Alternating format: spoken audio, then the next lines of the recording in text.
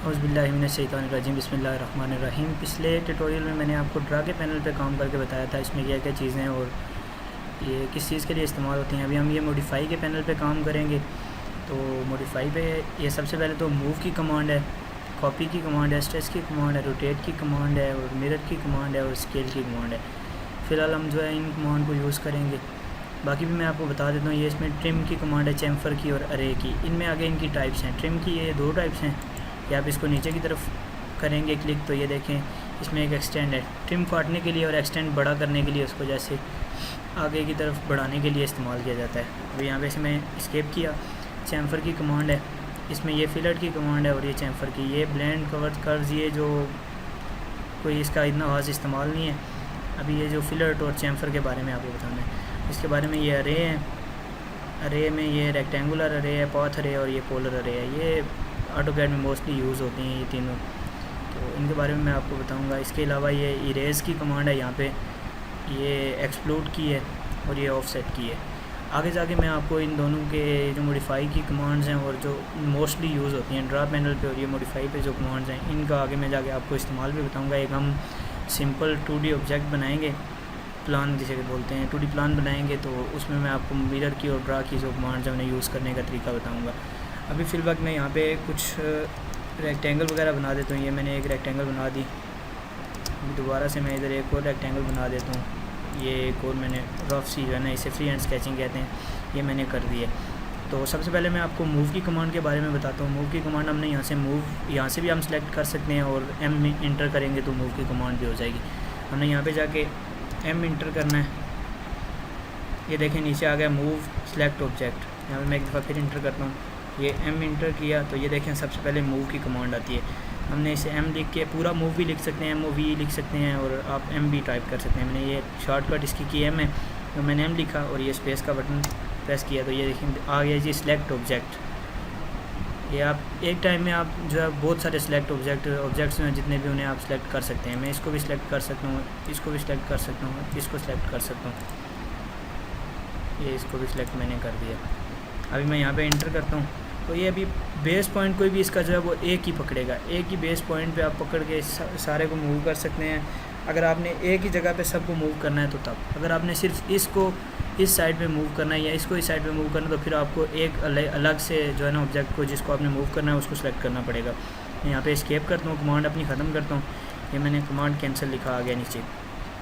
अभी मैं यहाँ से मूव की कमांड लेता हूँ। ये मैंने M इंटर किया है, ये मूव आ गया। ये सिलेक्ट ऑब्जेक्ट, मैंने इस ऑब्जेक्ट को यहाँ से सिलेक्ट किया है।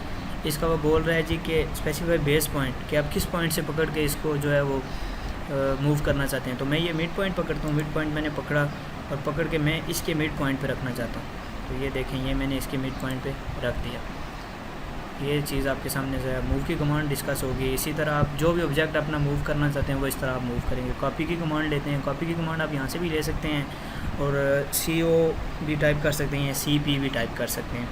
मैं यहाँ पे CP टाइप करता हूँ तो ये देखें ये कॉपी लिखा हुआ आ गया। अभी मैं यहाँ पे CO भी टाइप करता हूँ। ये देखें CO टाइप करेंगे तो तब भी कॉपी की कमांड सबसे पहले आ जाएगी। हमने CO किया, इसे क्लिक कर दिया।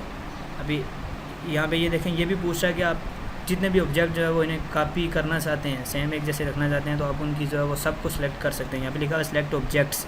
अगर ऑब्जेक्ट लिखा हो तो फिर आप एक कर सकते हैं, अगर ऑब्जेक्ट्स लिखा हुआ है तो फिर आप सारे सेलेक्ट कर सकते हैं। ये मैंने इसे सिलेक्ट कर लिया, इसको भी सिलेक्ट कर लिया और ये इसको भी सिलेक्ट कर लिया। ये तीनों को मैं इन तीनों की इस साइड पे एक कॉपी लेना चाहता हूँ। मैं इंटर करूँगा। अभी किसी एक की बेस पॉइंट, मिड पॉइंट या एंड पॉइंट से हम इसे पकड़ लेंगे और दूसरी साइड पे इसको जो है ना वो कॉपी इसकी कर लेंगे। मैं इसका एंड पॉइंट पकड़ता हूँ तो ये देखें तीनों की, ये देखें आप मूवमेंट कर रहे हैं तीनों। ये हमने अगर सेम सीधा रखना है तो हमने इसी के सीध में ये यहाँ पे जाके रखना है या F8 प्रेस कर लेना है तो ये सीधा हो जाएगा। अगर हम वैसे ही कहीं पे भी इसकी जो है वो कॉपी लेना चाहते हैं, जैसे ये किसी एंगल पे लिए जा रही है, ये देखें अब ये 197 के एंगल पे ले है तो ये हम इसे क्लिक कर देते हैं। तो ये देखें अभी जब तक हम इसे स्केप नहीं करते तब तक ये हमारी कमांड्स को उसे ख़त्म नहीं करता। तो अभी हम इसे स्केप कर देंगे तो ये देखें यही चीज़ सेम थोड़े से नीचे ये इसकी जो है वो इसकी कॉपी आ गई। बाकी ये स्ट्रेच की कमांड है।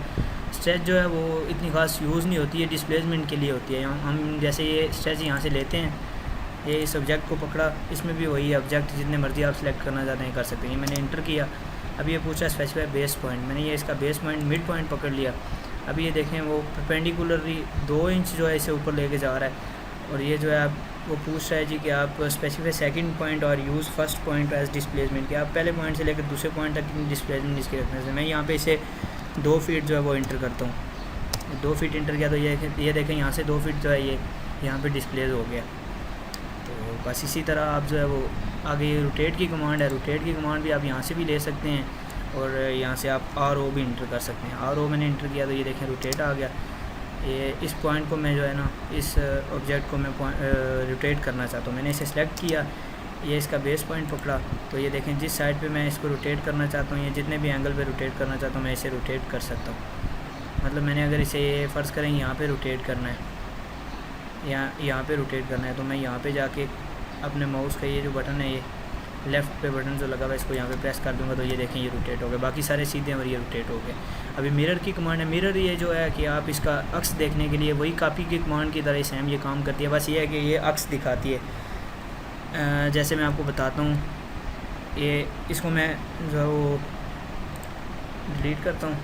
यहाँ पे एक वैसे ही मैं जो है ना लाइन से एक रेक्टेंगल बनाता हूँ जिसकी सिर्फ मैं एक ही शेप जो है ना एक साइड से उसे मैं खाली छोड़ देता हूँ। ये जैसे ये देखें यहाँ पे सामने एक रेक्टेंगल बन चुकी है, इसको भी मैं डिलीट कर देता हूँ। इन्हें आप डायरेक्ट सेलेक्ट करके तो डिलीट कर दें।